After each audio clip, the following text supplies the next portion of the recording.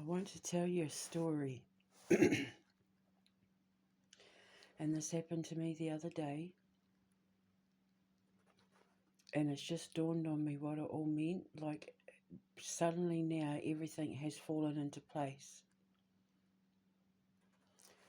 And I'm going to tell you a story. I wasn't going to say anything. I was going to keep it to myself. I didn't think it was relevant to share this dream that I had. But it ended up being something so much bigger than I was expecting. Now that I've written this RomCom.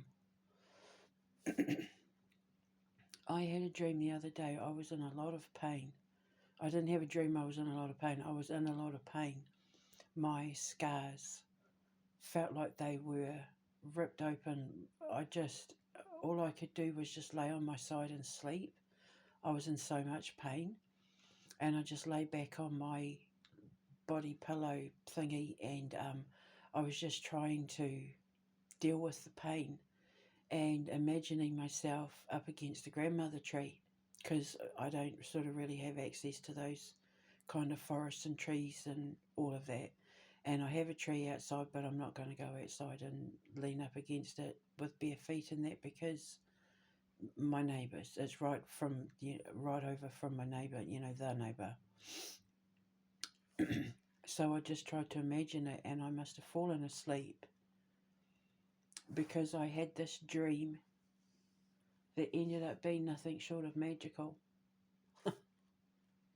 And now I'm starting to realise what it all meant. And in this dream, I was a Native American girl, and I was with my husband, the head of the eagle.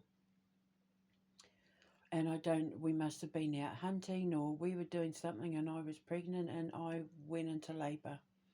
And I was leaning up against the grandmother tree, and a wolf came out, and I said to the wolf, using my mind, do you need to get my husband and tell him to bring the horse? And then like half an hour later, he turns up with some like dead rabbits and stuff, I think it was. I'm pretty sure it was rabbits. And his horse, he sees I'm in labour, he puts me on the horse. We're heading back to the village, and I get shot with an arrow. And it hits me in the right side, sort of just above my heart, and it must have like severed my aorta or something. But I fell off the horse and landed on the ground, and they had to decide, like he had to decide there and then to take the baby out. So they cut the baby out of me, and I, of course, died. And I've mentioned this before about how I keep having memories of lying on the ground with my horse like to my left, and my husband with the sun behind him looking down over me, and all that sort of thing, and blah blah blah. And then in this dream, he finds out that it was his people, the Comanche,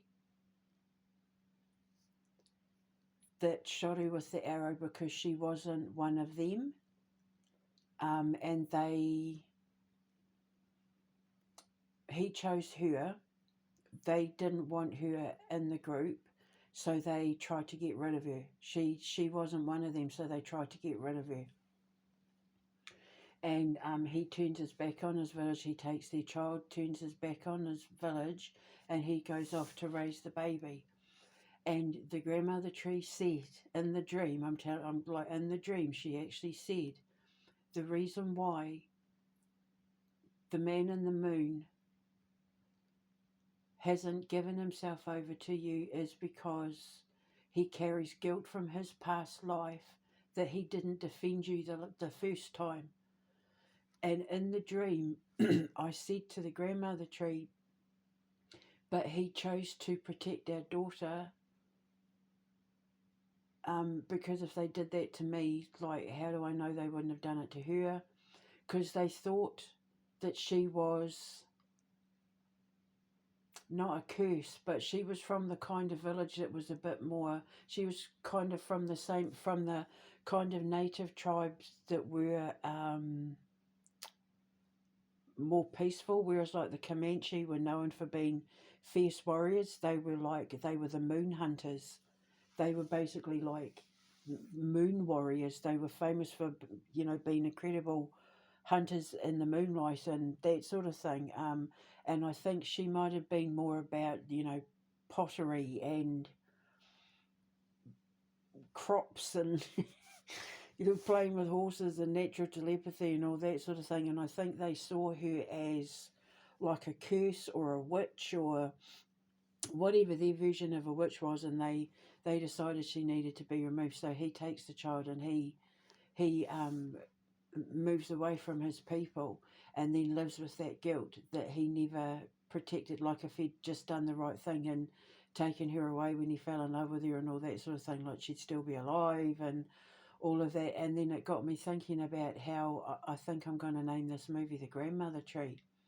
And then it reminded me of the dreams that I had when I was 4 or 5 years old of the grandmother tree. And remember, in the dream, I came up and I kissed the tree, rubbed my face against her bark, which is what I did in the dream. I rubbed my face against the bark, and then I laid my back against her so that she could help me deal with the pain in my stomach. Which in the dream it was labour pains, but in real life it was from the scars from like my C-sections and from my hernia surgeries from having big babies.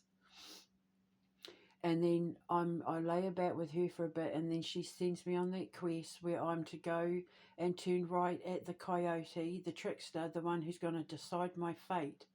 So I've just had some sort of test where someone in my life was sent to test me, and how I dealt with that was going to decide my fate.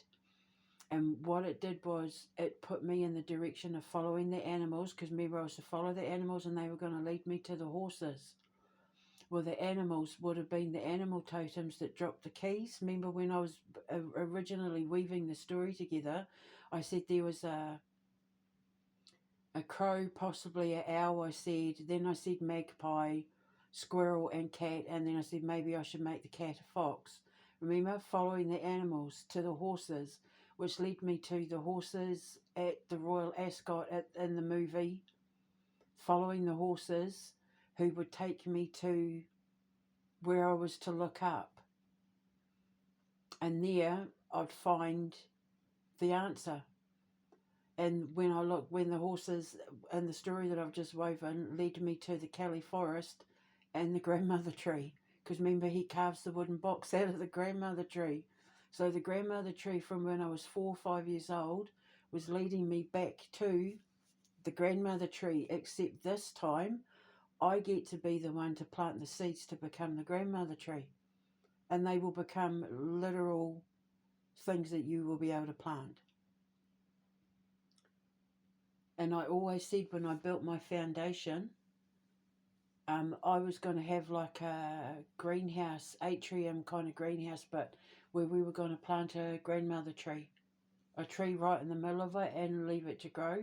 And then like in the summertime we'd be able to open up like the windows and let the sun shine on the tree. And so, and I thought it was about pinpointing the location of where I was going to build it. I thought it was Moscow. I thought, it has led me to Moscow and the Starmen and blah, blah, blah. And it's not. It's led me to my destiny. It just hasn't pointed out the location. And I don't think it ever was meant to point out the location. I think the location's going to find me based on John the Carpenter. Or John the Woodworker. Or based on, the man with the box.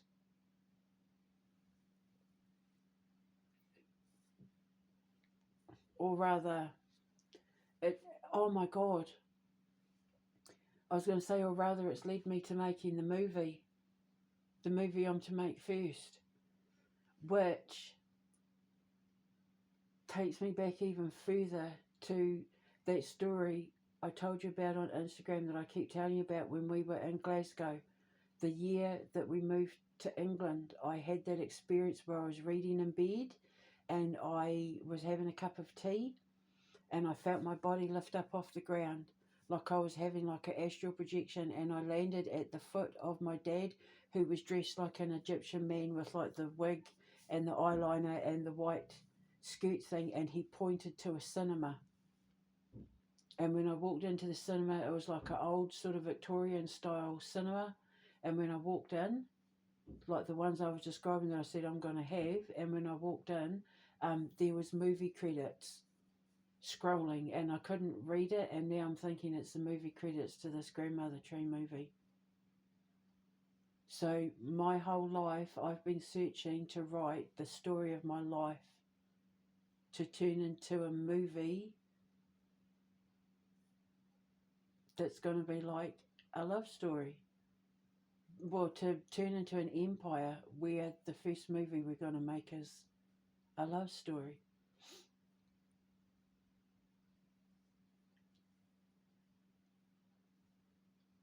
So it means that the man that I end up with, we're paying off past life karmic debt with each other. And the reward in this life is that we finally get to be together, because in all the other lives he's had with me, he never defended my honour. He believed what people said about me. He thought I was a witch, he thought I was evil, he thought I was this. And then it cost me my life every other life. But in this one, he defends my honour, because he realises, holy crap, she's not a witch, she's not evil, she's not this. She's like an earth elemental. And to the Irish people, they know who she is, because they've got centuries of women like her. And to the people in Lancashire and Yorkshire and Lincolnshire and that, they had names for them, and they were like cunning men and women, and they were healers and pharmacists and that. And, you know, they were people who tended to the forest and kept the balance of nature happy. And even in my own culture, we have mythological creatures just like it. We call them something slightly different. They do something slightly different, but they're exactly the same. And that's all she is, like that kind of thing. So in all the past lives, he never defended me. He threw me under the bus. It cost me my life. So in this movie, because remember, my husband's tried to kill me. By me picking the wrong men, it almost cost me my life in this one. So lessons learned, eh? If the man isn't there front row and centre, from the second you meet, if he's not a man of honour, he will never defend your honour. If he has no honour himself, he will not defend your honour. And in those past lives, other than, it's almost like the Native American one, that where we were native indigenous together, started his curse of not defending the woman he loves. But in the dream, I said to the grandmother tree, but he had to choose between his life and our child's, and he chose our child's, so he chose right. So I forget, like, why would he carry that guilt around with him? That's what I couldn't understand in the dream.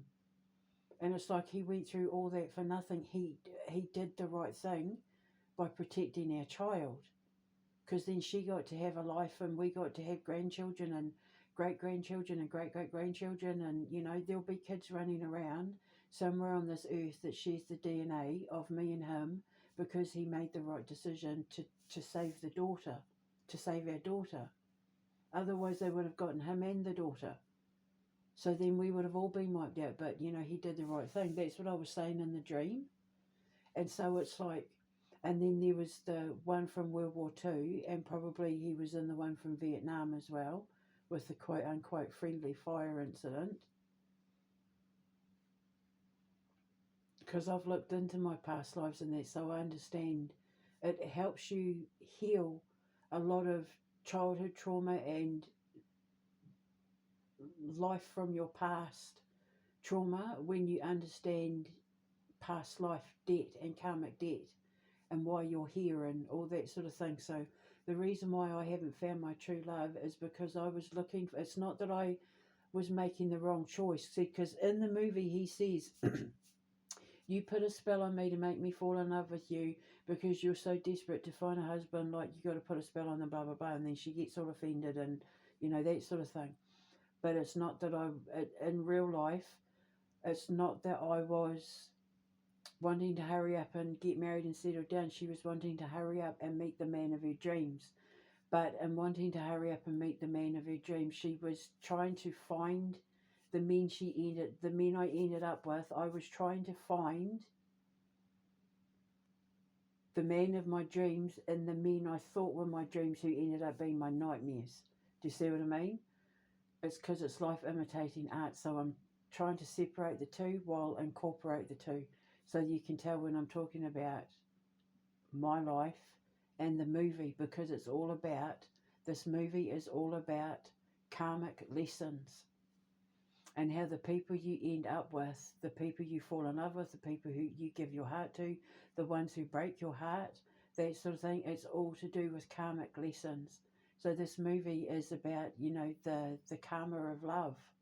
The karma of love is a curious thing. So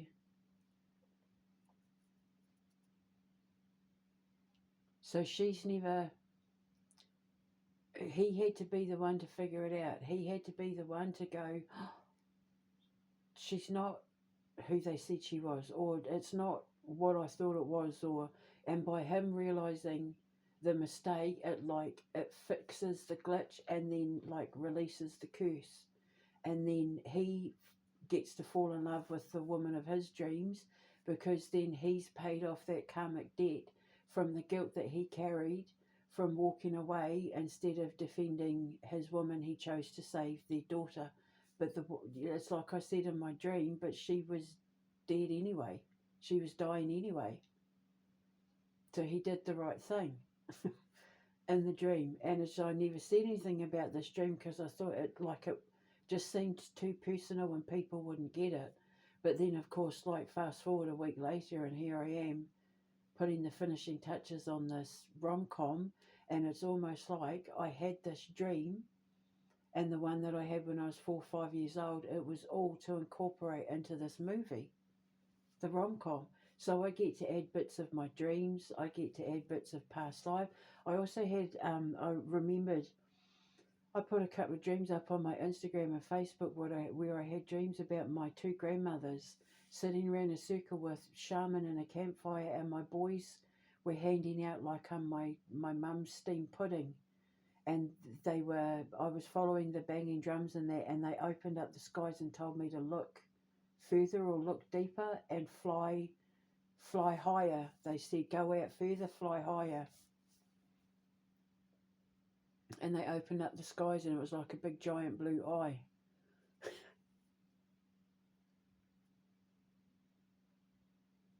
And I want to do a bit in the movie where when she's sitting at the rocks telling them about the myth, about the fable, she's looking into the water and you can see the scene of the witch trials and all that. You can see the scene in the water. As she's looking down into the water, it's like she's reading the water like a crystal ball, and it's brought up the image, it's brought up the story, which then ties into Lucian's dragon, because remember, she's the eye in the sky, and everywhere Lucian goes on his ascension journey, he keeps seeing the eye in the sky, and when he comes up out of the water, after he's had his heart measured by Amma and Ma'at, he comes up out of the water because he sees that eye, and when he pokes up out of the water, it's Anahita sitting there looking down at him. So in this movie, when she's telling him the fable, she'll be looking down into the water, like scrying, reading it like a crystal ball sort of thing. And it'll show who'll be led to the gallows and all of that. And then, of course, when he puts the key in the box and it opens it up and she puts the jewellery in there and all of that, it breaks the curse, because it turns out it was from the tree that she was hung from. Because remember back in those days, they would take them to the crossroads and hang them at the trees at the bottom of the crossroads. Well, this Kelly forest, like we're going to have it, I'll write it so that like a forest ended up growing. They planted trees and it ended up becoming a forest, but no grass grew around the grandmother tree or something like that. And it said that it, carries the curse of an innocent woman executed because one man lied to the judge and, got her caught and blah, blah, blah, because he didn't understand what was going on. He was a man of religion or a man of something. He didn't understand who she was and, got her executed. And so it's like a curse thing.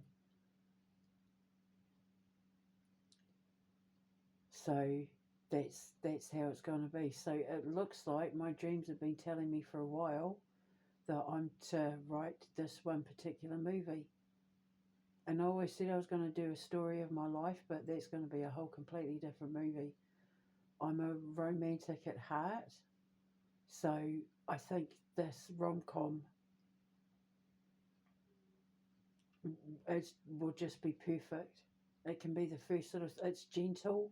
It doesn't require too much pressure or stress on the kids when it comes to like building sets and all that sort of thing. It's nice and gentle. A nice gentle way to introduce the kids to movie making and acting and editing, and then I can go around plucking all the talent off the street. Where I'm going to build it though, I just don't know. It can't be here while Starmer and Labour and that are in government, that's for sure. I'm just thinking it might be, if I am able to get a visa to Russia, it might be like further out east and not Moscow. Because I thought the grandmother tree was telling me to look up at the star and the Moscow and the blah, and now it's not. So I don't know, but see, there's also that couple of properties in France that look pretty good. There's whole villages for sale in Spain, although too hot for me, can't be in the heat. I was in the snow, that's the thing in the dream. When I was leaning up against the tree and I was in labour, it was snowing.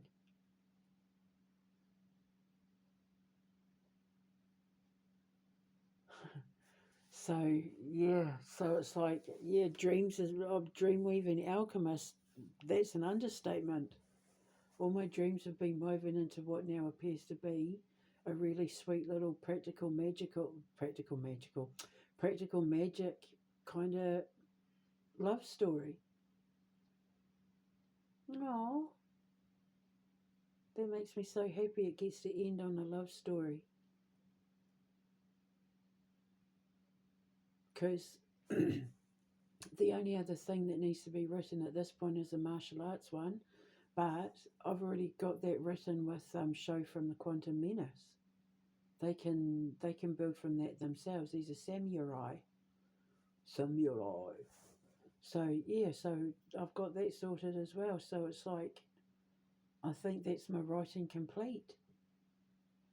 Put the finishing touches on products. I need to come up with the fable and a name for the the fairy tale and all that. But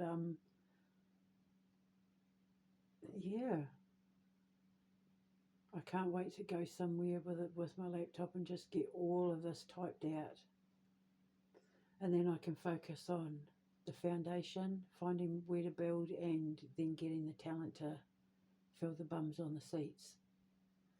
So, right, so I'm going to go now. I've had my dinner. I'm all content. My tummy hurts. And I'm going to go and rest now because I've been, gosh, what a way to go out. Quite the crescendo event.